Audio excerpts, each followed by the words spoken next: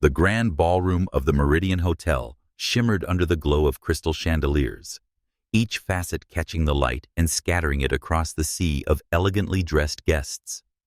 Laughter and music swirled together, a vibrant tapestry of celebration. But Anie Hooger sat alone at a corner table, her fingers tracing the rim of a champagne flute. Her deep brown eyes, usually bright with creativity, were clouded with a quiet ache as she watched her ex-fiancé James twirl his new bride Rachel across the dance floor. Rachel's white gown flowed like liquid starlight, her smile radiant, her hand firmly clasped in James's. This was the life Anie had once imagined for herself, a life stolen by betrayal, leaving her as a guest at her own heartbreak. Anie, a graphic designer whose work had subtly shaped the event, from the intricate wedding invitations to the elegant table cards, felt the weight of every glance cast her way. Pity, curiosity, and whispers followed her like shadows. She'd come to prove she was strong enough to face this, to show she wasn't broken. But each moment in this gilded cage chipped away at her resolve. The champagne trembled in her hand, untouched, as she fought the urge to flee. The band played a soft rendition of Perfect, a song James had once called theirs, and the irony twisted in her chest like a knife. She adjusted the hem of her emerald green dress, chosen carefully to make her feel bold, though now it felt like armor she wasn't sure she could carry. Her braided hair, adorned with delicate gold pins, caught the light, but she felt invisible among the couples swaying in rhythm. The room was a kaleidoscope of joy, and she was the only still point drowning in memories of a love that had unraveled 2 years ago, when James confessed his doubts, only to find solace in Rachel's arms weeks later. Anie's gaze drifted to the exit, calculating the steps it would take to escape unnoticed. She could slip away, retreat to her small apartment in Brooklyn, and bury this night in sketchbooks and wine. But before she could move, a voice low, warm, and edged with confidence cut through her thoughts like a lifeline. "You look like you need saving." She turned startled to find a man standing beside her table, his presence commanding, yet unassuming. Rooster Martin, though she didn't know his name yet, was a vision in a tailored charcoal suit that hugged his broad shoulders. His steel blue eyes held a spark of mischief, softened by something deeper. Empathy, perhaps, or recognition. His sandy blonde hair was neatly styled, but a single lock fell forward, giving him an approachable charm, despite the unmistakable air of wealth. He extended a hand, calloused in a way that surprised her for someone so impeccably dressed. "Excuse me." Anie's voice was cautious, her brow furrowing as she studied him. The band's music swelled, but his words had anchored her attention.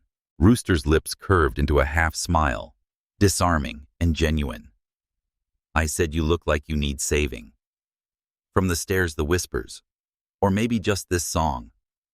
He nodded toward the dance floor where James and Rachel spun oblivious to the world.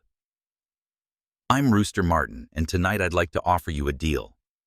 Anie blinked her guard up, but curiosity piqued. "A deal? I don't even know you." "Exactly why it's perfect." He pulled out the chair beside her without asking, settling in with an ease that suggested he owned the room. "You're Anie Hooger, graphic designer, the bride's former best friend, the groom's ex-fiancé, and currently the most intriguing person here. I've been observing, not stalking. There's a difference, and I have a proposition." Her eyes narrowed, though a flicker of amusement danced in them. "You've been observing me. That's not creepy at all." He chuckled, the sound rich and unforced. "Fair. Let's call it noticing someone who doesn't belong in the background. You're trying to disappear, but you're not succeeding. So here's the deal. Pretend to be my girlfriend tonight. In return, I'll make sure your ex spends his wedding wondering what he lost." Anie's breath caught her fingers tightening around the champagne flute. The audacity of his offer was matched only by its appeal. She glanced around, catching the sidelong looks from other guests, some sympathetic, others gossipy. She hated how exposed she felt, how every glance seemed to scream, "Poor Anie, the jilted one." Rooster's offer was a lifeline, but it came with risks. "Why would you do this? What's in it for you?" Rooster leaned back, his gaze steady but not invasive. "My family thinks I'm a commitment-phobic workaholic. My grandmother's been trying to pair me with every eligible heiress in New York. I need a date to convince them I'm not a lost cause. You need to stop looking like your world ended. It's a win-win." Anie's lips parted, a retort ready, but she paused. His words hit too close. Maybe her world had ended, or at least the version she'd built with James. But there was something in Rooster's eyes, a hint of vulnerability beneath the polished exterior, that made her hesitate. "You don't even know me," she said softly. "I know you designed these invitations," he said, gesturing to the elegant card on the table, its typography, a blend of modern and romantic. "I know you showed up here despite everything, which takes guts or a serious masochistic streak. And I know you've checked your phone 10 times in the last hour, but haven't answered a single text. That's enough to start with." Her eyes stung his accuracy, unnerving. 15 seconds, she murmured, glancing at the exit again. "That's how long I was from bolting to the bathroom to cry. Then we'd better move fast." Rooster stood, offering his hand with a formality that felt oddly comforting. "Anie Hooger, would you do me the honor of breaking my heart in approximately 4 hours?" She laughed, despite herself. A small surprise sound that broke through her defenses. "Only if you promise to break mine right back." "Deal." His hand was warm, steady, the calluses suggesting a man who did more than sign contracts. As he led her to the dance floor, whispers rippled through the crowd. "Is that Anie with someone? Who's the guy? Where did she find him?" Rooster pulled her into a dance position as a slow song began, his hand firm on her waist. "Relax," he murmured, his breath brushing her ear. "You're supposed to be in love with me, not plotting my demise." "Sorry," she said, her steps hesitant. "I'm not good at pretending." "Then don't. Just be here with me right now. Let them think what they want." His voice was gentle but firm, grounding her. "Tell me about the invitations. The font choices are yours, aren't they?" She blinked, caught off guard. "You notice the fonts, I notice everything." Occupational hazard of being worth too much money. He spun her gently, his movements effortless. "So tell me, why that style?" Anie hesitated, then let herself answer. "I wanted something personal but sophisticated. Rachel asked me to design them, said it would mean everything to have my touch on her day." Her voice tightened. "She didn't mention the day involved marrying my fiancé." Ex-fiancé. Rooster corrected, his tone light but pointed. "Important distinction. When did they get together?" "Officially 2 weeks after we broke up. Unofficially," she shrugged, the motion stiff. "Your guess is as good as mine." He dipped her slightly, drawing gasps from nearby dancers. "Their timing was wrong. Yours, however, might be exactly right." "With a fake boyfriend." Her laugh was sharp, but her eyes softened as they met his. "With someone who sees you," he said simply. "Now smile, like you mean it. Your ex is watching." Anie glanced over Rooster's shoulder and caught James's gaze, his jaw tight with something that looked like regret. For the first time that night, she felt a spark of power, not pain. Maybe Rooster Martin, whoever he was, had given her more than a lifeline. Maybe he'd given her a chance to rewrite her story. The dance floor was a mosaic of twirling couples, their laughter mingling with the soft strains of a jazz ballad that filled the Meridian Hotel's ballroom. Anie Hooger moved in Rooster Martin's arms, her steps tentative, but growing steadier as he guided her with an effortless grace. The emerald green dress she wore shimmered under the chandeliers, catching the light as they swayed. Rooster's hand rested lightly on her waist. His touch, both reassuring and electrifying, a reminder of the strange bargain they'd struck only moments ago. Anie's heart still raced from his bold proposition, pretend to be his girlfriend for the night, to deflect pitying glances and help him convince his family he was capable of commitment. In return, he'd promised to make her ex-fiancé, James, regret his choices. As they danced, Anie stole glances at the head table where James and Rachel the newlyweds held court. Rachel's smile was flawless, but Anie caught the brief flicker of unease in her eyes when they landed on her and Rooster. The whispers from nearby guests buzzed like static. "Who's that with Anie? He looks important." Anie felt a surge of satisfaction, but it was tempered by the nagging question of why Rooster, a man who could command any room, had chosen her for this charade. "You're doing great," Rooster murmured, his voice a low hum that cut through the music. "But you're thinking too much. Let's sell this." Anie tilted her head, meeting his gaze. His eyes, sharp and observant, held a warmth that made it hard to stay guarded. "Sell it how I'm not exactly an actress. Follow my lead." He pulled her closer just enough to make their connection look intimate without crossing into discomfort. "Laugh like I said something charming. Touch my arm. Look at me like I'm the only person here." She hesitated, then let out a soft laugh, resting her hand lightly on his sleeve. "Like this. Perfect."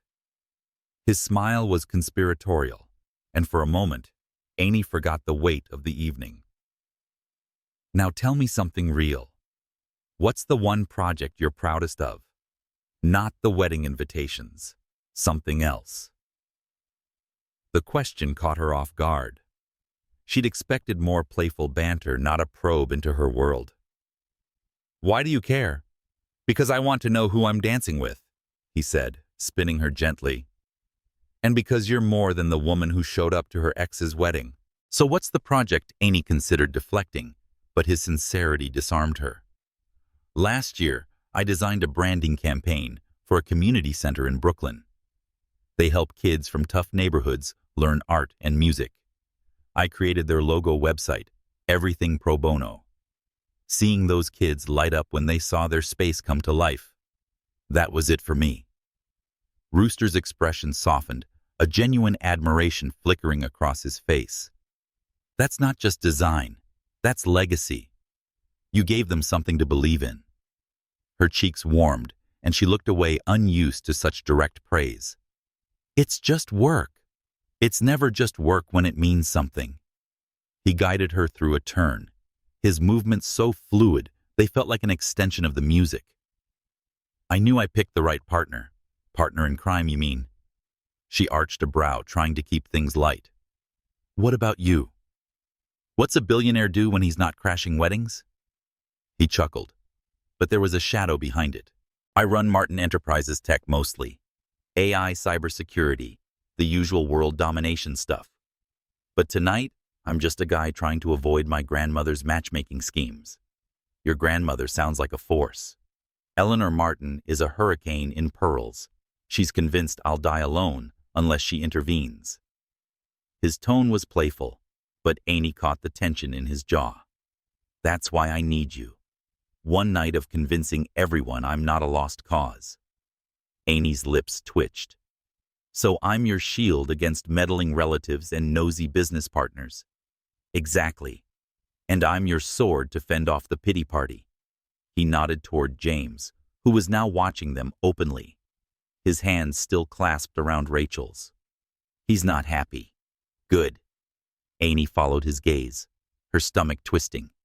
James's stare was heavy, not with longing, but with something closer to resentment. She turned back to Rooster. "You're enjoying this too much." "Guilty. But it's working, isn't it?" He leaned in, his breath brushing her ear. "Let's give them something to talk about." Before she could protest, he dipped her slightly, his hand steady on her back. The move was subtle, but dramatic enough to draw gasps from nearby dancers. Anie's pulse quickened, not from the theatrics, but from the way Rooster's eyes locked on hers, as if the entire room had faded away. For a moment, she wasn't pretending. Too much, he asked, pulling her upright. She shook her head, catching her breath. Just enough. The song ended, but Rooster didn't let go immediately. Instead, he guided her off the dance floor toward a quieter corner near the bar. Water. You look like you need to stay sharp for this performance. Water's good, she said, grateful for the pause. As he ordered, Anie studied him. There was something disarming about Rooster Martin, a mix of calculated charm and unexpected vulnerability. She wondered what lay beneath the polished exterior. What drove a man like him to approach a stranger with such an outrageous plan? He handed her a glass, his fingers brushing hers briefly. So what's the story with James and Rachel? You don't have to tell me, but I'm curious. How does someone lose a woman like you? Anie sipped her water, buying time. It's not a fun story. James and I were together for 2 years, engaged for 6 months.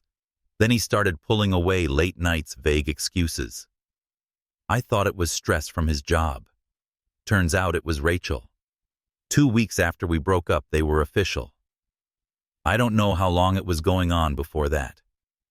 Rooster's jaw tightened, but his voice stayed even. That's rough. Betrayal's a special kind of cut. You sound like you know the feeling. He shrugged his eyes, distant for a moment. Let's just say I've had my share of people wanting me for what I can offer, not who I am. It makes you cautious. Anie tilted her head, sensing there was more he wasn't saying. Yet, here you are, trusting a stranger to play your girlfriend. Not trusting. Strategizing. He flashed a grin, but it didn't reach his eyes. You're not after my money or my name. That makes you a safe bet. Safe. She laughed softly. I'm a mess tonight. You're a mess with style. There's a difference. He clinked his glass of whiskey against her water. To surviving the night. To surviving, she echoed, her smile genuine for the first time that evening. Their moment was interrupted by a familiar voice. Anie Rachel stood before them, her bridal glow dimmed by a tight smile. I didn't expect to see you with someone. Rooster slid an arm around Anie's waist, the gesture possessive, but not overbearing. Rooster Martin.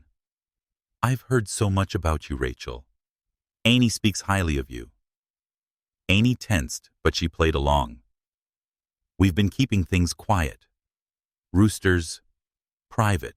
Rachel's eyes flickered between them, her composure cracking. How did you meet? Charity auction, Rooster said smoothly. Anie was bidding on a painting. I outbid her, then felt so bad, I asked her to dinner to make up for it. Anie marveled at how easily the lie rolled off his tongue. It was a good dinner, she added, leaning into him slightly. Rachel's smile faltered. I'm happy for you, Anie. Really? Thanks, Anie said, her voice steady. I'm happy for you too. As Rachel retreated, Anie exhaled, feeling the weight of the encounter. Rooster squeezed her waist gently. You okay? Yeah. That was intense. You handled it like a pro. He studied her, his expression softer now. Ready for round 2. My grandmother's here, and she's already spotted us. Anie's eyes widened. Your grandmother? Now welcome to my world, he said, offering his arm. Let's go face the hurricane. The Meridian Hotel's ballroom pulsed with the energy of celebration, the air thick with the scent of roses and the clink of champagne glasses. Anie Hooger stood at the edge of the dance floor, her arms still linked with Rooster Martin's, her heart settling after the charged encounter with Rachel. The emerald green dress hugged her frame, its fabric catching the light as she moved, a quiet reminder of the confidence she'd hoped to channel tonight. Rooster's presence beside her was steady, his tailored suit and easy charm, a shield against the curious glances of the wedding guests. Their agreement to pose as a couple for the night had already stirred whispers, and Anie felt a strange mix of exhilaration and unease. She wasn't used to being the center of attention, especially not with a man like Rooster, whose every gesture seemed to command the room. Rooster's warning about his grandmother, Eleanor Martin, lingered in Anie's mind as he guided her toward a cluster of elegantly dressed guests near the bar. The music had shifted to a lively swing, and couples spun across the floor, but Anie's focus narrowed to the woman approaching them. Eleanor was a vision of timeless grace. Her silver hair swept into an elegant chignon, her navy gown exuding understated power. Her sharp eyes locked onto Anie, assessing her with a precision that made Anie's stomach tighten. "Rooster, darling Eleanor," said her voice warm but laced with authority. "I didn't expect to see you here, let alone with company." Rooster's smile was easy, but Anie caught the subtle tension in his posture.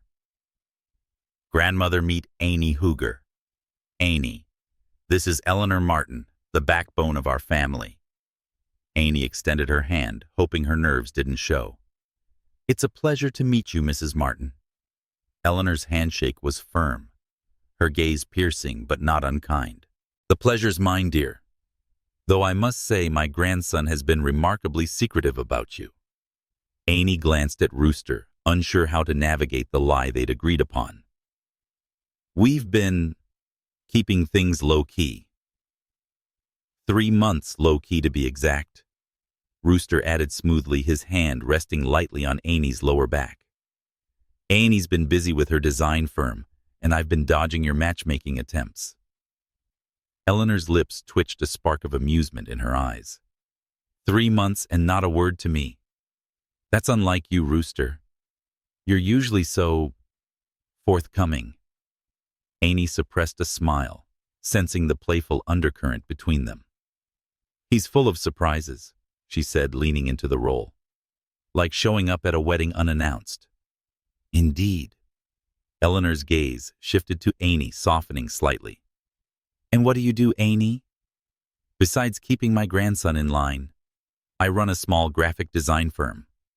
Anie said, her voice steady, despite the scrutiny. "Branding mostly. I help businesses tell their stories through visuals." "She's being modest." Rooster interjected, his tone warm with admiration. "She just landed a major rebrand for Riverside Hospital. Her work's exceptional." Anie's eyes widened, surprised he knew about the project she'd only finalized days ago. "How did you research?" Rooster said with a wink. "I like to know who I'm working with." Eleanor raised an eyebrow, clearly intrigued. "And how did you two meet? I'm curious about the story behind this discreet romance." Anie's mind raced, but Rooster stepped in seamlessly. "A charity auction for the Children's Hospital. Anie was bidding on a painting, a bold piece very her style. I outbid her, then felt guilty enough to ask her to dinner as an apology." "Very noble of you," Eleanor said dryly, her eyes flicking between them. "Though I seem to recall you're not one for art auctions." "I'm learning to appreciate them," Rooster replied, his hand brushing Anie's arm. "Anie's a good teacher." Anie felt a flush creep up her neck, unsure whether it was from the lie or the way Rooster's touch felt too natural. Eleanor's scrutiny lingered, but she nodded as if filing away their story for later dissection. "You must join us for dinner on Thursday, Anie. I insist." Grandmother Rooster said, a hint of warning in his tone. "Let's not overwhelm her." "Nonsense," Eleanor said, waving a hand. "I want to know more about the woman who's captured your attention. 7 o'clock, don't be late." She turned to greet another guest, leaving Anie and Rooster in a bubble of quiet tension. Anie exhaled, glancing at Rooster. "Thursday dinner. That wasn't part of our deal." "I know," he said, his voice low. "You don't have to come. I'll make an excuse. A sudden breakup after meeting your grandmother. That'll raise more questions." Anie's lips quirked, though her heart raced at the thought of extending their charade. "What's she like at these dinners?" Relentless Rooster said, guiding her toward a quieter corner of the ballroom. "She'll ask about our future marriage, kids, where we'll spend summers. She's thorough." Summers as a verb, Anie said, shaking her head. Your world is something else. It's not so different from yours, he said, his eyes searching hers. We both work too hard, trust too little, and show up to places we'd rather avoid. Like this wedding. Anie laughed, the sound lighter than she'd expected. Fair point. But why me, Rooster? Of everyone here, why pick me for this? He paused, his expression softening. Honest answer. You looked like you were carrying the weight of the world, but refusing to let it crush you. I know that feeling. I saw someone who could hold her own, and I was right. Her breath caught his words, stirring something she wasn't ready to name. That's perceptive. I'm good at reading people, he said, then added with a grin, occupational hazard. Before Anie could respond, a man approached his suit, slightly rumpled, and his face flushed from too much wine. Rooster Martin, he slurred, eyeing Anie with undisguised curiosity. Didn't expect to see you with a date. Rooster's posture stiffened, but his voice remained smooth. Richard Hartman, meet Anie Hooger. Anie Richards, the son of a business associate. Richard's gaze lingered on Anie, his smile more leer than greeting. Nice catch, Martin. How much is she costing you? Anie's jaw tightened, but she spoke before Rooster could. I'm sorry you can't imagine a genuine connection, Mr. Hartman. Must be hard mistaking every relationship for a transaction. Richard's face reddened, but Rooster stepped forward, his voice low and dangerous. Careful, Richard. That's my girlfriend you're talking to. Girlfriend. Richard laughed, unsteady on his feet. You've known her, what, a month? Time's relative, Rooster said, his eyes never leaving Richard's. Some people you know in a moment. Others you never know at all. Richard muttered something and stumbled off, leaving Anie and Rooster in a charged silence. You didn't have to do that, Anie said, her voice softer now. Partners defend each other, Rooster replied, his hand brushing hers. Besides, he had it coming. Anie looked at him, the weight of the night shifting. Rooster wasn't just playing a role. He was standing up for her in a way James never had. Thank you, she said, meaning it. Don't thank me yet, he said, his smile returning. We've got a whole night to get through. Ready for another dance? She nodded, letting him lead her back to the floor. As they moved, the pretense felt less like a performance and more like a possibility, a dangerous spark igniting between them. Anie wasn't sure if she was ready for it, but for the first time that night, she wanted to find out. The Meridian Hotel's ballroom thrummed with the energy of celebration, the jazz band now playing a sultry melody that wove through the laughter and clinking glasses. Anie Hooger felt the warmth of Rooster Martin's hand on her back as they returned to the dance floor, the encounter with Richard Hartman still lingering like a sour note. Her emerald green dress swayed with each step, and though she was still adjusting to the role of Rooster's pretend girlfriend, the night was beginning to feel less like a performance. The way he defended her against Richard's crude insinuations had stirred something in her, a flicker of trust she hadn't expected to feel. As they moved into the rhythm of the music, Anie's eyes scanned the room, catching glimpses of guests, stealing glances at them. The whispers had grown louder, a mix of curiosity and envy, and she couldn't help but notice James, her ex-fiancé, watching from the head table. His jaw was set, his gaze fixed on her and Rooster with an intensity that made her stomach twist. Rachel, his new bride, was engrossed in conversation with another guest, oblivious to her husband's distraction. Rooster's voice pulled her back. You're tensing up again, he said, his tone gentle but teasing. What's got your attention? Anie hesitated, then nodded toward James. He's staring, not exactly subtle about it. Rooster glanced over his expression, unreadable. Good. Let him stew. That's part of the plan, right? She forced a smile, but the weight of James's gaze unsettled her. I don't know if I want him to feel bad, I just want to stop feeling like I'm the one who lost." Rooster's hand tightened slightly on hers, his steps never faltering. "You didn't lose Anie. You're here holding your own, stealing the show. He's the one who fumbled something real." His words landed softly, but they carried a weight that made her chest ache. Before she could respond, the music slowed, and a familiar figure approached the edge of the dance floor. James stood there, his tie slightly loosened, his expression a mix of determination and unease. "Mind if I cut in?" James asked. His voice clipped as he looked at Rooster. Anie froze, her pulse spiking. Rooster's arms stiffened around her, but his face remained calm, almost amused. "Actually, I do mind," he said smoothly. "I'm enjoying my time with Anie." James's eyes narrowed, but he turned to Anie. "One dance, for old time's sake." Every instinct screamed at her to say no, to cling to the safety of Rooster's presence. But something in James's tone, part challenge, part plea, made her pause. She looked at Rooster, searching his face for guidance. His eyes met hers, steady and reassuring, as if saying she could handle this.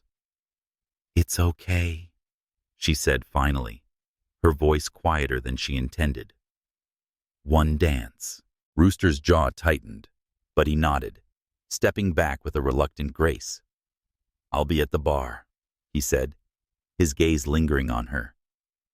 "If you need me, I'm there." "I know," she replied, offering a small smile before turning to James. As Rooster walked away, James took his place, his hand settling on her waist, with a familiarity that felt jarring after Rooster's careful warmth. The music shifted to a slower, more intimate tune, but their movements were stiff, lacking the ease she'd felt with Rooster. James's cologne, once comforting, now carried memories she'd rather forget. So James began, his voice low. "Rooster Martin." "That's a surprise." Anie kept her eyes on his shoulder, avoiding his gaze. "So, is you marrying my best friend? Guess we're both full of surprises." He winced, but pressed on. "Is this real? You and him? Because 3 months ago you were still calling me Anie, begging me to come back." Her breath caught the sting of his words, cutting deeper than she'd expected. She forced herself to meet his eyes, her voice steady despite the tremor in her chest. 3 months ago, I was trying to hold on to something that was already gone. I was wrong to think I could change your mind. You'd already made your choice." James's grip on her hand tightened, his expression conflicted. "It wasn't like that. Rachel and it just happened. I didn't mean to hurt you. Didn't mean to." "Doesn't erase the hurt," Anie said, her voice sharp but controlled.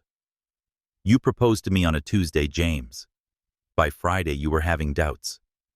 And 2 weeks later, you were with her. Tell me, when exactly did it just happened start?" He looked away, his silence louder than any admission. Anie's heart pounded, but it wasn't just pain driving it now. It was clarity. "I came here tonight to prove I could face this. And you know what, I'm glad I did, because I'm done chasing someone who didn't choose me." James's eyes snapped back to her, a flicker of something regret maybe crossing his face. "And you think Martin's choosing you? He's a billionaire, Anie. Men like him don't settle. They play games." The accusation stung, echoing her own fears about Rooster's intentions, but she straightened, her voice cold. "Maybe. But in one night he's shown me more respect than you did in 2 years. He sees me, James. When did you ever do that?" "I loved you," he said, almost pleading. "I still don't." Anie stepped back, breaking their dance. "You don't get to say that now. You loved the idea of me, the safe option, until something shinier came along. I hope you and Rachel are happy. I really do. But don't stand here and question my choices when yours are why I'm making them." She turned, leaving him stranded on the dance floor, his expression a mix of shock and defeat. Her heart raced as she crossed the room, the weight of the confrontation lifting with each step. She found Rooster at the bar, a glass of whiskey in hand, his eyes tracking her approach with quiet intensity. "You okay?" he asked, sliding a glass of water toward her. She took it, her fingers brushing his, and nodded. "Yeah, that was cathartic and awful." He smiled, a soft, knowing curve of his lips. "You handled it like a pro. Want to tell me about it?" Anie sipped her water, grounding herself. "He thinks you're using me, that this is all a game to you." Rooster's expression darkened, but his voice stayed even. "And what do you think?" She met his gaze, searching for the truth behind his charm. "I think you're too good at this, playing the perfect boyfriend. It makes me wonder what's real." He set his glass down, turning to face her fully. "Fair question. I approached you with a plan, I won't lie about that. But Anie, the way you stood up to him just now, the way you carry yourself, even when you're hurting, that's not part of any game. That's you, and it's compelling." Her breath hitched his words, stirring something she wasn't ready to name. "Compelling enough to keep up the act.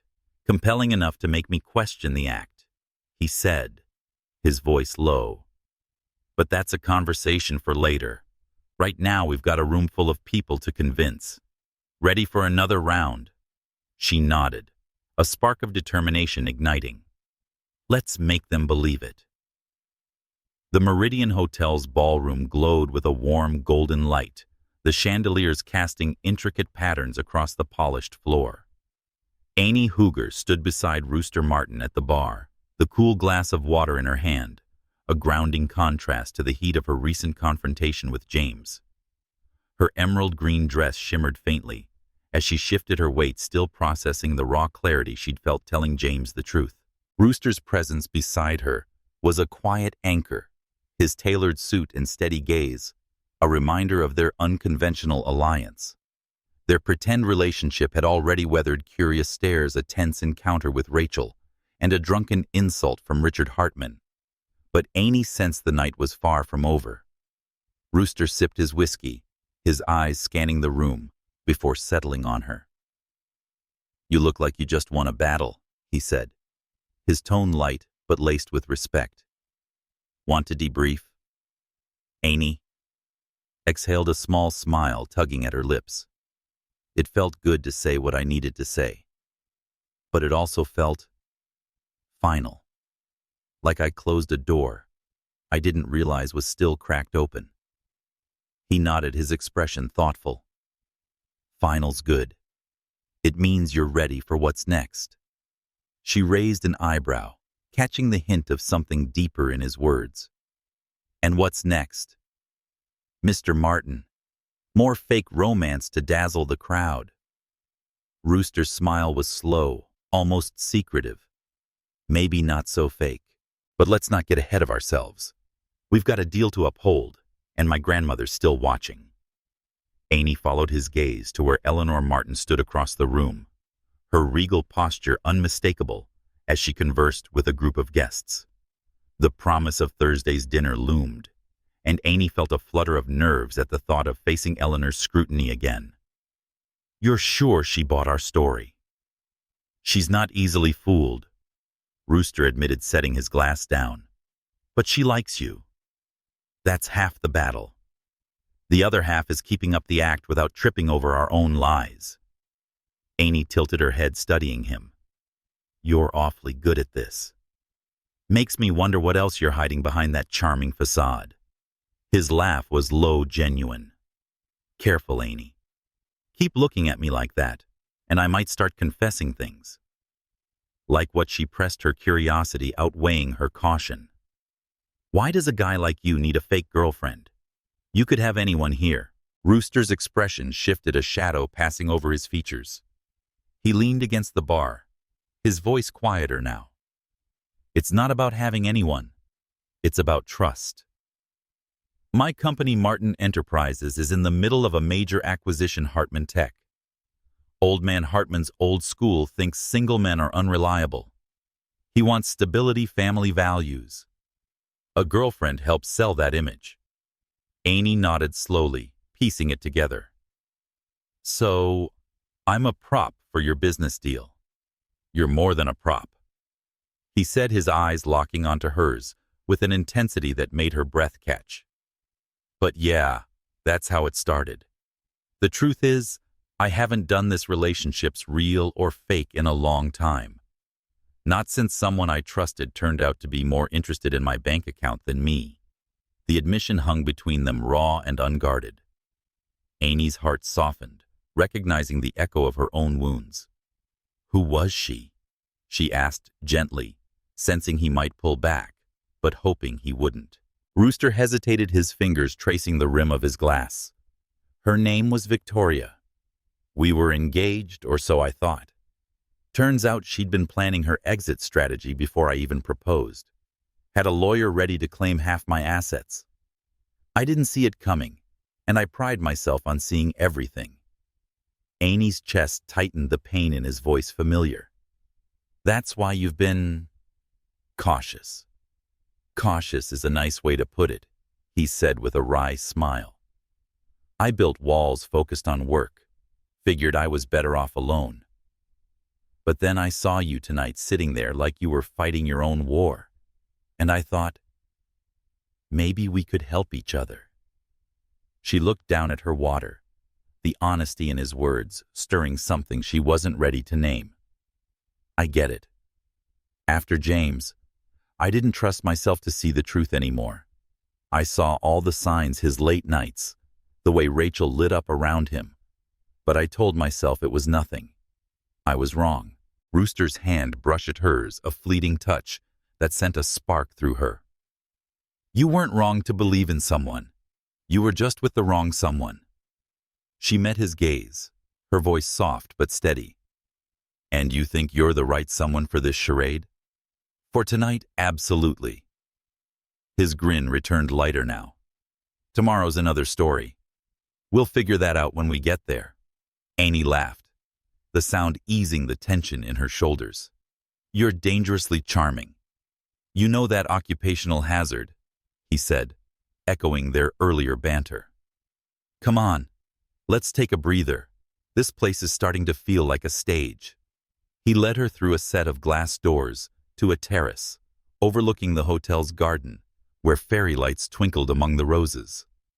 The night air was cool, carrying the faint scent of jasmine, and Anie felt her nerves settle as they stepped away from the crowd. The distant hum of the ballroom faded, replaced by the soft rustle of leaves and the chirp of crickets. Rooster leaned against the railing, his posture relaxed, but his eyes still alert. Better. Much, Anie said, joining him. It's easier to breathe out here. He nodded, looking out at the garden. This is my favorite part of events like this, the quiet moments where you can just be. Anie tilted her head, intrigued. You don't strike me as the quiet moment type. I'm full of surprises, he said, turning to face her.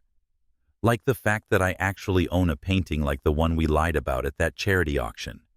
Not because I love art, but because it reminds me to look closer at things. People, too. She smiled, warmed by his candor. You're not what I expected when you sat down at my table. Good or bad? Unexpected, he asked, his tone playful, but his eyes searching.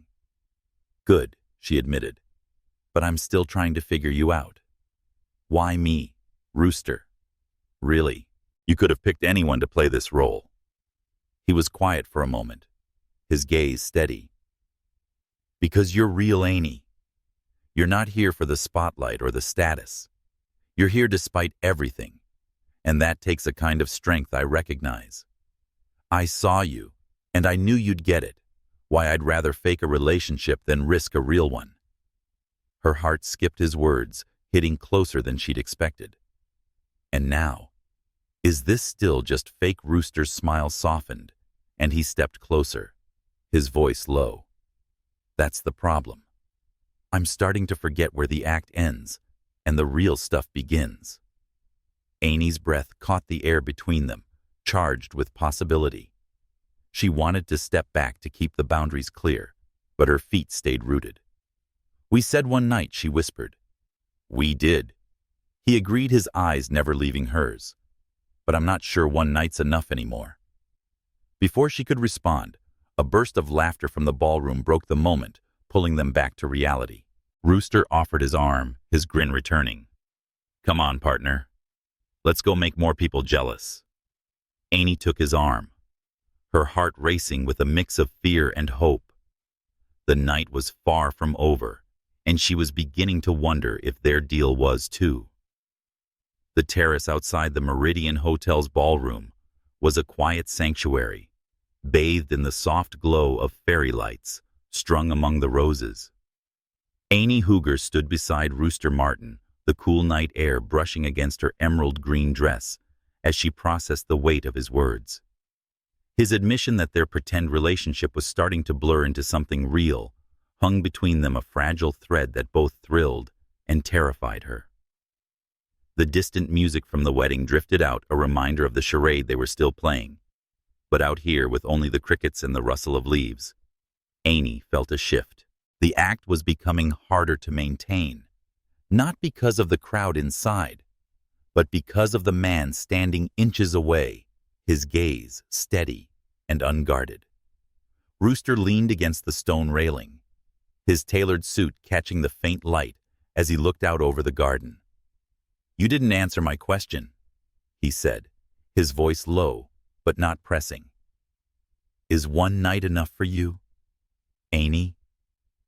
She wrapped her arms around herself, the breeze raising goosebumps on her skin. I don't know, she admitted, her voice barely above a whisper. This was supposed to be simple, a deal to get through tonight. But you're making it complicated. He turned to face her, a half smile playing on his lips.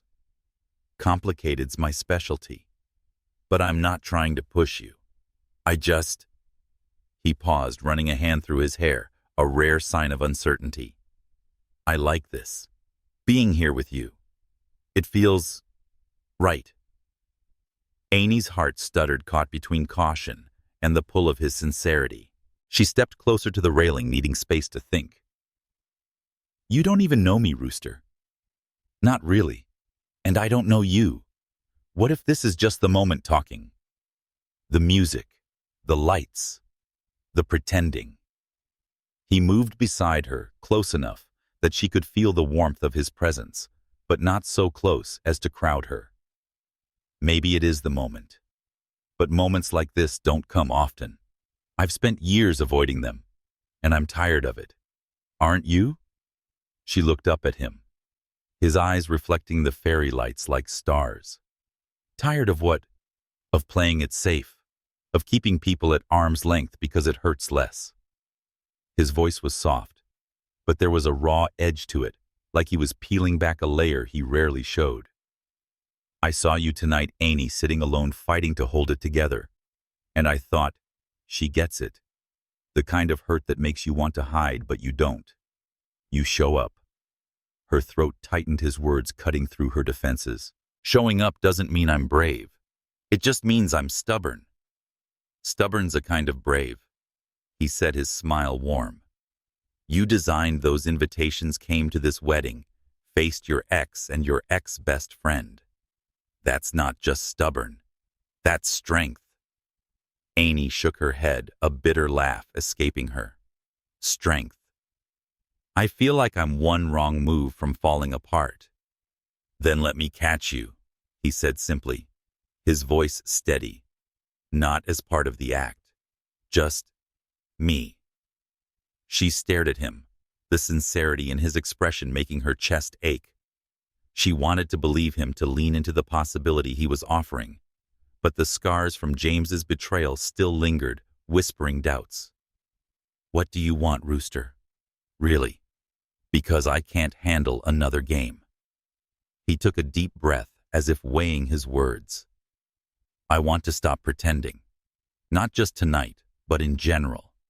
I've spent too long building walls, focusing on deals and numbers because they're safer than people. But you make me want to try something different. Something real. Anie's pulse quickened, her mind racing to keep up with her heart. Real sounds dangerous. It is, he agreed, stepping closer. But it's also the only thing worth doing. So tell me, Anie, what do you want? She looked out at the garden, the roses swaying gently in the breeze, and let herself consider the question. I want to stop feeling like I'm not enough, she said finally, her voice trembling but honest. I want to believe I can be seen, really seen, without being someone's second choice. But I don't know if I'm ready for that. Not after everything. Rooster nodded, his expression softening. You don't have to be ready tonight. Just don't close the door. Not yet. She met his gaze, the vulnerability in his eyes mirroring her own. I'm trying not to, she said. But it's hard. You're asking me to trust a stranger. Not a stranger, he said, his voice warm. Not anymore. We're partners, remember? Even if it's just for this night. Anie smiled, the tension in her shoulders easing. Partners in crime. Exactly. He offered his hand, a playful glint in his eyes. Come on, let's take a walk. The ballroom can wait. She hesitated, then took his hand, his calloused fingers grounding her as they wandered down a stone path lined with blooming flowers. The garden was a world apart from the wedding, a quiet haven where they could just be. They walked in comfortable silence for a moment, the only sounds the crunch of gravel underfoot and the distant hum of the party. Tell me something about you, Anie said, breaking the silence. Something you don't tell people at fancy events like this. Rooster chuckled, glancing at her. You're relentless. Okay, fine. When I was a kid, I wanted to be an astronaut. Not for the glory, but because I thought space would be the one place where no one could disappoint you. Anie's heart softened at the admission. That's kind of sad. Maybe, he said, shrugging. But it's why I got into tech. Building systems, solving problems. It's my way of reaching for the stars without leaving the ground. She smiled, imagining a younger Rooster dreaming of galaxies. And now you're stuck at weddings, playing pretend with me. Not stuck, he corrected, stopping to face her. This is the most interesting night I've had in years. Her breath caught the air between them, charged with something unspoken. She wanted to say something to bridge the gap, but the words felt too big, too risky. Instead, she squeezed his hand, a silent acknowledgement of the moment. Rooster's thumb brushed over her knuckles, a small gesture that sent a shiver through her. Your turn, he said. What's something you don't tell people? Anie hesitated, then spoke softly. I keep a sketchbook of designs. I'll never show anyone. They're not for clients or portfolios, just for me. Things I dream about when I'm too scared to hope for real. His eyes lit up, intrigued. Like what? Places I want to go, lives I want to live, she said, her voice barely audible. A little house by the sea, a studio filled with light, a life where I'm not afraid to be myself. Rooster's smile was soft, almost reverent. That sounds like a life worth hoping for. Before she could respond, a burst of applause from the ballroom signaled the start of the toasts. Rooster glanced back then at her. We should head in. Duty calls. Anie nodded, her heart lighter than it had been all night. Lead the way, partner. As they walked back, hand in hand, the line between pretend and real blurred a little more, and Anie wondered if she was ready to find out what lay on the other side. The garden path crunched softly under Anie Hooger's heels as she and Rooster Martin re-entered the Meridian Hotel's ballroom, the fairy lights of the terrace fading behind them. The air inside was warm, thick with the scent of champagne and the hum of animated conversation. Anie's emerald green dress caught the chandelier light shimmering as she moved, but it was Rooster's steady hand in hers that kept her grounded. Their walk in the garden had shifted something between them, the quiet confessions of dreams and fears, weaving a thread of connection that felt dangerously real. Yet the looming presence of Eleanor Martin's invitation to Thursday's dinner hung over Anie, a reminder that their charade was far from over. The ballroom was alive with the clatter of toasts, glasses raised as guests celebrated the newlyweds. Anie's eyes flicked to the head table, where James and Rachel sat, their smiles polished but strained. She felt a pang of relief at having faced James earlier, but the weight of Eleanor's scrutiny was a new challenge. Rooster's grandmother was no ordinary observer. Her sharp intuition could unravel their carefully crafted lie. Rooster leaned close, his breath warm against her ear. "You're overthinking again," he murmured, his voice a mix of amusement and reassurance. "Eleanor's tough, but she's not the enemy. Just be you." Anie shot him a sidelong glance. "Easy for you to say. She's your grandmother. I'm the one who has to convince her we're whatever we're pretending to be." He squeezed her hand, his smile softening the edges of her nerves. "You're doing fine. Better than fine. You've already got her intrigued, and that's half the battle." Before Anie could respond, Eleanor's regal figure appeared through the crowd, her navy gown flowing as she approached with purpose. The guests parted instinctively, her presence commanding respect. "Rooster," she said, her tone warm but edged with expectation. "And Anie, I trust you're enjoying the evening. It's been memorable," Anie said, her voice steady, despite the flutter in her chest. "Thank you for inviting me to dinner on Thursday." Eleanor's eyes twinkled with something akin to mischief. "I didn't invite you, dear. I insisted. There's a difference." She gestured toward a quieter corner, near a towering floral arrangement. "Let's have a word, shall we?" Away from the noise. Anie exchanged a glance with Rooster, who gave her a subtle nod, as if to say she could handle this. They followed Eleanor to a plush seating area, where she settled into a velvet chair with the grace of royalty. Anie sat across from her, smoothing her dress, while Rooster stood nearby, his posture relaxed but alert. Eleanor wasted no time. "Anie, tell me about your work. Rooster mentioned your design firm, but I want to hear it from you. What drives you?" Anie hesitated, then leaned into the question, sensing Eleanor valued authenticity over polish. "I started my firm because I love telling stories through visuals. Every logo, every campaign, it's a chance to capture something true about a person or a place. Like the community center project I did last year, helping kids see their potential through art. It's not just design, it's about making a difference." Eleanor's gaze softened, though her expression remained probing. "That's admirable. Passion is rare, especially when it's not driven by profit. And how does my grandson fit into this world of yours?" Anie's pulse quickened, but she kept her voice even.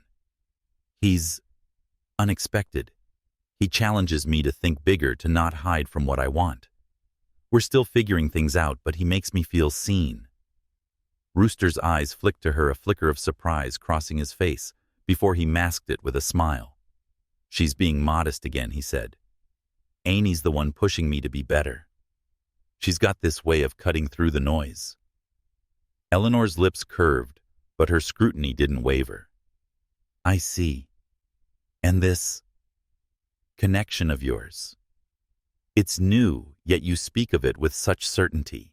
Why is that?" Anie felt the weight of the question, the unspoken challenge to justify their story. She glanced at Rooster, drawing strength from his steady presence. "Sometimes you meet someone, and it's like they understand a part of you you've kept hidden. It's not about time. It's about feeling known."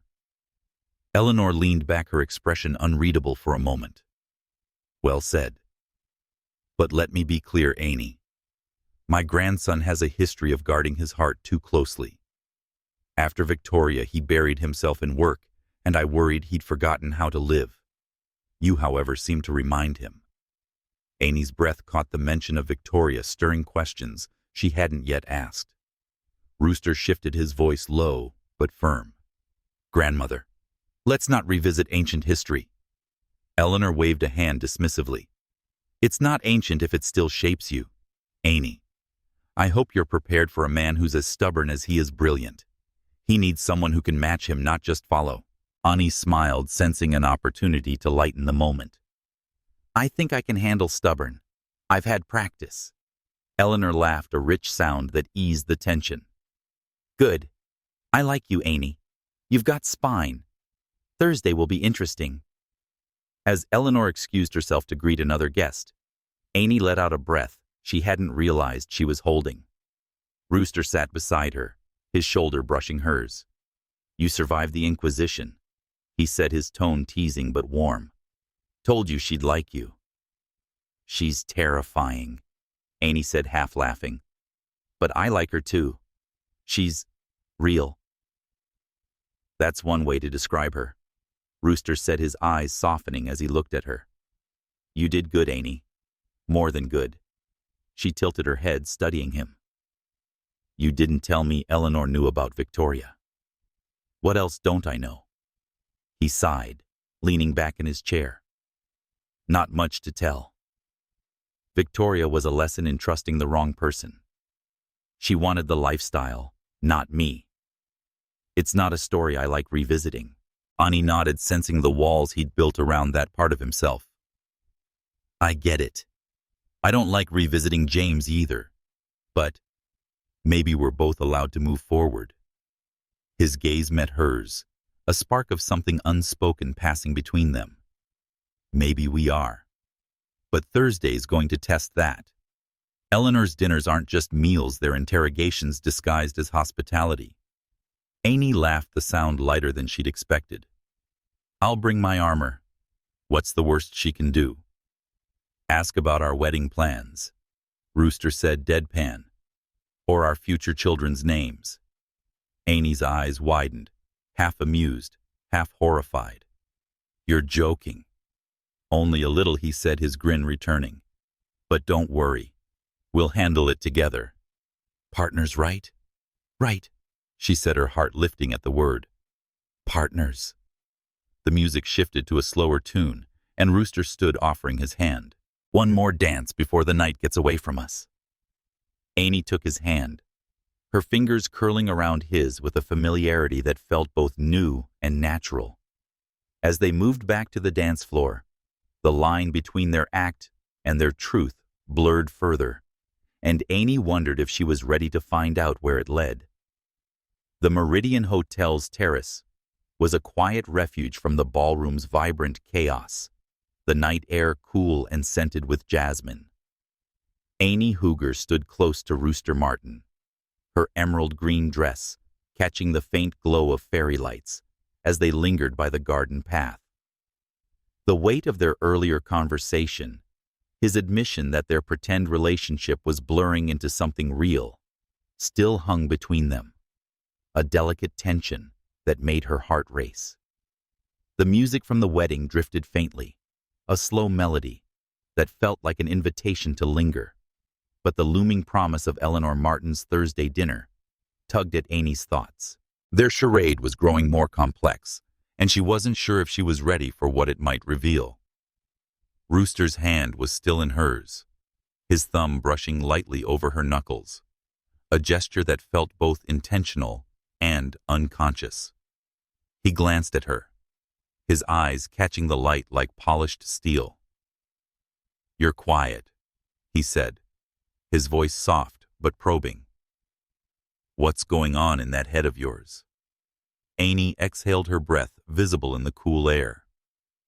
I'm wondering how we got here. 1 minute I'm just trying to survive this wedding, and now I'm… What? Your fake girlfriend facing your grandmother's interrogation, and maybe something else I don't even know how to name. He smiled, a slow, unguarded curve of his lips. Sounds like we're in uncharted territory. Scary, but kind of exciting, don't you think? She laughed softly, shaking her head. Exciting's one word for it. Terrifying's another. Fair, he said, turning to face her fully, his hand still holding hers. But you're not running. That's something. Anie looked down at their joined hands, the warmth of his touch grounding her. I'm not sure why. Every part of me says I should keep my guard up, but you make it hard to stay cautious. Good, he said, his voice low and earnest. Because I'm done being cautious, Anie. At least with you. Her heart skipped the sincerity in his words, catching her off guard. Before she could respond, a sudden impulse surged through her, reckless and undeniable. She stepped closer, closing the small distance between them, and rose on her toes. Her lips met his in a soft, tentative kiss, a question asked without words. Rooster froze for a split second, then responded, his hand sliding to her waist as he deepened the kiss, slow and deliberate, as if savoring every moment. The world around them, the garden, the distant music, the wedding faded into a blur. The kiss was electric, not performative like their earlier act, but raw and real, a confession of the connection they'd both been circling. When they parted, Anie's breath was uneven, her eyes searching his for a sign of what came next. Rooster's expression was unguarded, a mix of surprise and something deeper, something that looked like hope. Anie, he said, his voice rough, that wasn't part of the deal. I know, she whispered, her cheeks warm despite the cool air. I just needed to know what it felt like, without an audience. He brushed a strand of hair from her face, his touch gentle but deliberate. And what's the verdict? She smiled, a small, shaky curve of her lips. Dangerous, but good. His laugh was low, almost a rumble, as he pulled her closer, his forehead resting against hers. You're going to ruin me, Anie Hooger. Maybe you need a little ruining, she said, her voice teasing but soft. You're too put together for your own good. Guilty, he said, his hands still on her waist. But I'm starting to think you're the one putting me back together. The words hung between them, heavy with possibility. Anie's heart pounded, a mix of exhilaration and fear swirling within her. She wanted to lean into this, to let herself believe in the spark between them, but the scars of betrayal still lingered, whispering warnings. Rooster, what are we doing? This was supposed to be one night, one act. Now it feels like it's real. He finished, his eyes searching hers. I know, and I'm not sure what to do with that either. But I don't want to stop finding out. Anie stepped back, needing space to think, her hands smoothing her dress, as if to anchor herself. This scares me, she admitted. I've been here before, thinking something's real, only to find out it's not. I can't do that again. Rooster nodded, his expression serious, but not pushy. I get it. After Victoria, I swore I'd never let anyone close enough to hurt me again. But you're different, Anie. You're not here for what I can give you. You're here despite everything, and that's rare. She looked at him, the sincerity in his voice chipping away at her defenses. You don't know that. You don't know me well enough to be sure. Then let me, he said, stepping closer, but stopping short of touching her. Let me learn who you are, beyond the designer, beyond the woman who showed up to this wedding. Let's see where this goes, even if it's messy. Anie's chest tightened, the idea both thrilling and daunting. And Thursday, your grandmother's dinner. That's not just messy, it's a minefield. He laughed, the sound easing the tension. True. Eleanor's relentless, but she's not the enemy. She'll push, she'll pry, but she'll see you for who you are. And trust me, she'll love you for it. Anie raised an eyebrow, skeptical.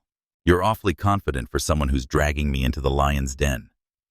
I'm confident in you, he said simply. You faced your ex, handled Richard Hartman like a pro, and charmed Eleanor in 5 minutes. You're unstoppable. She smiled, his faith in her warming something deep inside. You're not so bad yourself, Martin. But if we're doing this Thursday, the dinner, whatever this is, we need ground rules. Name them, he said, his tone playful but serious. No more surprises, she said. If there's something I need to know about you, your family, your business, tell me. I don't want to walk into another situation blind. Deal, he said, holding out his hand. Full transparency starting now. Anything else? She hesitated, then took his hand, her fingers curling around his. If this stops being real, if it's ever just a game again, we walk away. No hard feelings. His grip tightened, his eyes steady. It's real, Anie. I promise you that. She nodded, her heart racing with a mix of hope and uncertainty. Okay, then let's go back in there and finish this night. He grinned, pulling her gently toward the ballroom. One last performance for the crowd. For now, she said, her smile mirroring his. But out here, it's just us. As they stepped back into the ballroom, the music swelling around them, Anie felt the weight of their kiss, lingering, a promise of something new. The line between pretend and real was blurring faster than she could keep up with, and for the first time, she wasn't sure she wanted to. The city lights blurred past the tinted windows of Rooster Martin's sleek Tesla as he drove Anie Hooger toward his grandmother's estate for the much-anticipated Thursday dinner. The emerald green dress Anie had worn to the wedding had been replaced by a tailored blue dress that hugged her frame, chosen for the confidence it gave her, though her nerves fluttered like moths in her stomach. The kiss she and Rooster had shared on the terrace 3 nights ago lingered in her mind, a moment of unguarded connection that had shifted their pretense into something undeniable. Yet the weight of Eleanor Martin's scrutiny and the uncertainty of what lay beyond their charade pressed heavily on Anie's thoughts. Rooster's hand rested lightly on hers as he navigated the winding roads leading out of the city, his presence a steady counterpoint to her racing heart. You're quiet, he said, glancing at her with a half-smile. Planning your escape already? Anie laughed, the sound easing her tension. Not yet, but your grandmother's estate sounds like a place where people get lost and never return. It's not that bad, he said, his tone teasing but warm. Big, yes. Intimidating, maybe. But Eleanor's the real challenge. Just be yourself and you'll have her eating out of your hand. Easy for you to say, Anie replied, smoothing her dress. You're not the one walking into a family dinner with no script. You don't need a script, he said, his eyes flicking to her before returning to the road. You've already got her intrigued. That's more than most people manage. Anie's phone buzzed in her purse, and she glanced at the screen, her stomach tightening as Rachel's name appeared. The text was brief, but sharp. Saw the news about Martin Enterprises' deal. Was he just using you for that? Anie's fingers hovered over the reply, a surge of doubt cutting through her. She hadn't seen the news, but Rachel's words echoed her own fears about Rooster's intentions. Rooster noticed her shift in mood. Everything okay? She hesitated, then turned the phone toward him. Rachel thinks you used me to close your business deal. His jaw tightened, but his voice remained calm. The Hartman deal went through, yeah. Richard's father signed off after the wedding. But Anie, you weren't just a means to an end. You know that, right? She studied him, searching for any hint of deception. Do I? You said yourself the deal was why you needed a fake girlfriend. Now it's done. So what's this? She gestured between them, her voice steady, but edged with vulnerability. Rooster pulled the car onto a quiet shoulder, turning to face her fully. This, he said, taking her hand, is me wanting to be here with you. The deal's done, sure, but I didn't ask you to come tonight because of some business strategy. I asked because I can't stop thinking about you, about that kiss, about the way you make me laugh, about how you see through my usual defenses. Anie's breath caught his sincerity, disarming her. You're saying it's real. I'm saying I want it to be, he said, his eyes locked on hers. But I need to know what you want, Anie. No pressure, no expectations, just the truth. She looked down at their joined hands, her heart wrestling with the fear of being hurt again. "I want to believe you," she said softly. "But I've been wrong before. I thought I knew someone, and he chose someone else. I don't know if I can trust my own judgment anymore." Rooster's thumb brushed over her knuckles, a gentle reassurance. "Then let me earn that trust. One dinner, one moment at a time. If it's too much, we stop. No hard feelings." Anie nodded, her resolve strengthening. "Okay. But no more secrets. If there's something I need to know, tell me." "Promise," he said, his smile returning, as he started the car again. "Now let's face the dragon Eleanor's waiting." The Martin estate loomed ahead, a sprawling mansion of stone and ivy, its windows glowing warmly against the twilight. Anie's nerves returned as they stepped out of the car, Rooster offering her a bouquet of wildflowers he'd brought, vibrant and unpretentious, a gesture that made her heart skip. "For new beginnings," he said, echoing their conversation from the wedding. Eleanor greeted them at the door, her silver hair gleaming under the chandelier light, her navy dress replaced by a silk blouse and tailored trousers. "Anie, Rooster," she said, her voice warm but assessing. "Come in. I've opted for the sitting room tonight. Less formal, more conducive to real conversation." Anie exchanged a glance with Rooster, who gave her an encouraging nod. The sitting room was cozy, despite its grandeur, with plush armchairs and a crackling fireplace. Eleanor poured wine, handing Anie a glass with a knowing smile. "So, Anie, Rooster tells me your arrangement began as convenience. Care to elaborate?" Anie nearly choked, her eyes darting to Rooster, who looked equally caught off guard. "Grandmother," he said, a warning in his tone. "We talked about this." "Hush," Eleanor said, waving him off.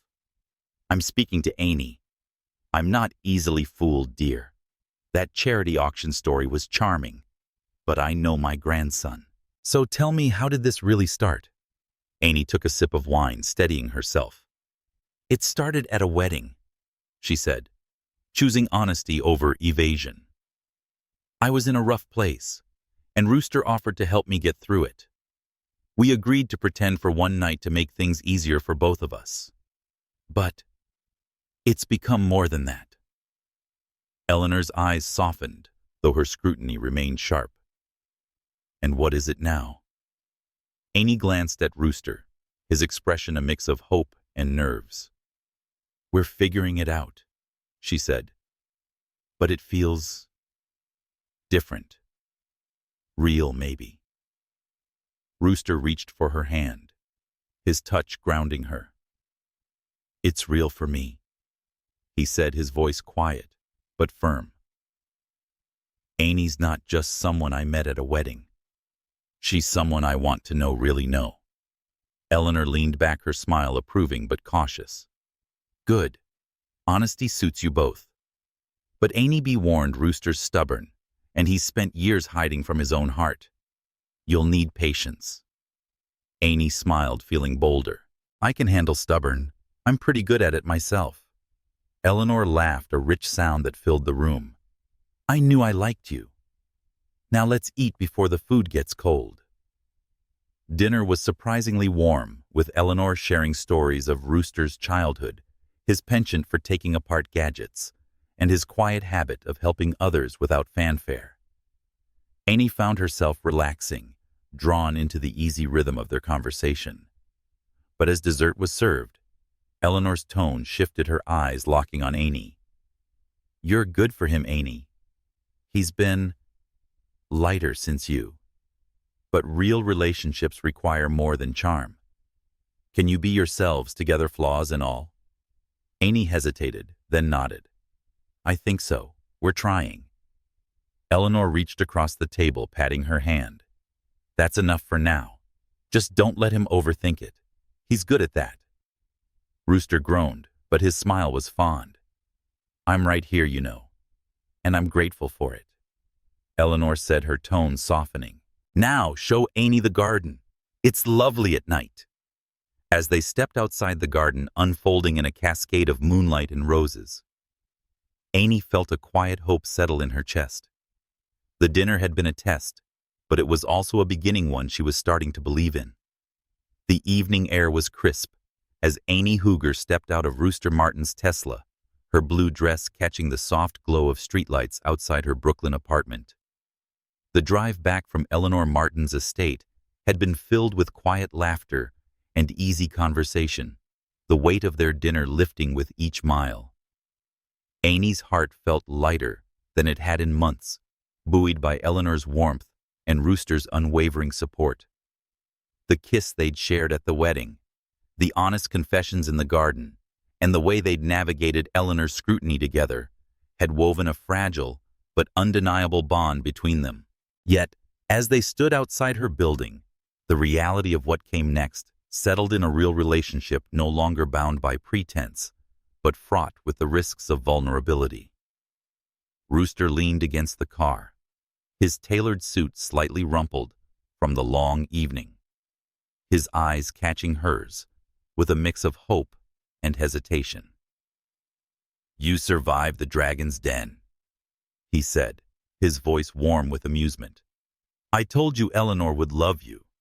Anie smiled, tucking a strand of hair behind her ear. "She's not as scary as you made her out to be. Intimidating, sure, but kind. I wasn't expecting that. She's a force," he said, stepping closer. "But you held your own. I'm starting to think there's nothing you can't handle."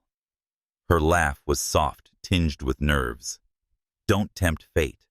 I'm still figuring out how to handle this." She gestured between them, her heart racing at the unspoken question of what they were now. Rooster's expression softened, and he took her hand, his thumb brushing over her knuckles in a familiar gesture. "Then let's figure it out together. No scripts, no deals, just us." Anie's chest tightened the weight of his words, both thrilling and daunting. She wanted to say yes, to leap into the possibility he offered, but the scars of her past with James lingered, whispering doubts. "I want that." She said, her voice steady but quiet. "But I need to take it slow. I've rushed before and it didn't end well." He knotted his grip on her hand, gentle but firm. "Slow's good. I'm not going anywhere, Anie. I meant what I said at dinner. This is real for me. You're real."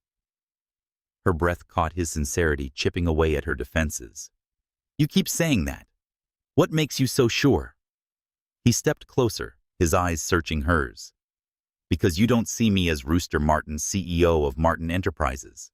You see me the guy who's terrified of messing this up, who'd rather spend a night talking with you than closing $1 million deal.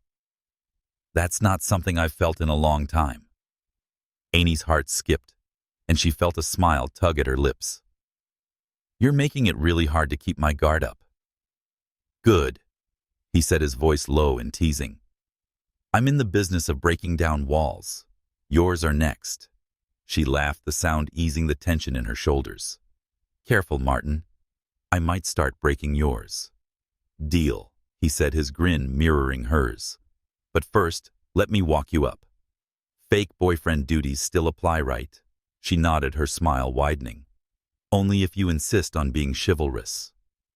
"Always," he said, offering his arm as they climbed the steps of her brownstone. The 3 flights to her apartment were quiet, each step amplifying the anticipation of what came next. At her door, Anie fumbled with her keys, her nerves tingling with the weight of the moment.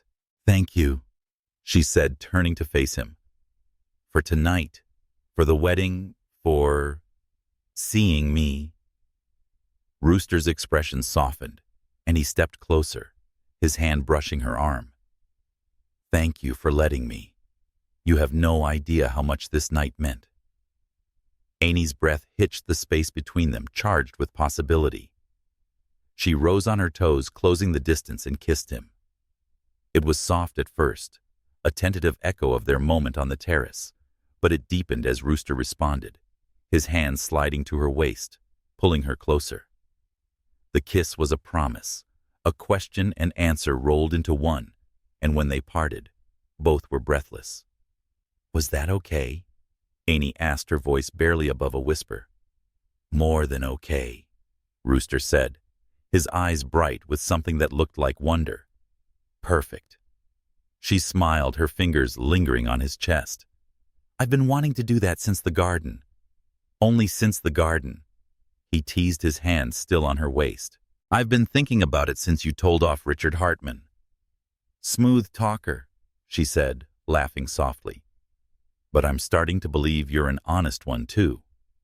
With you always, he said, his voice serious now. He stepped back, giving her space, but not breaking the connection.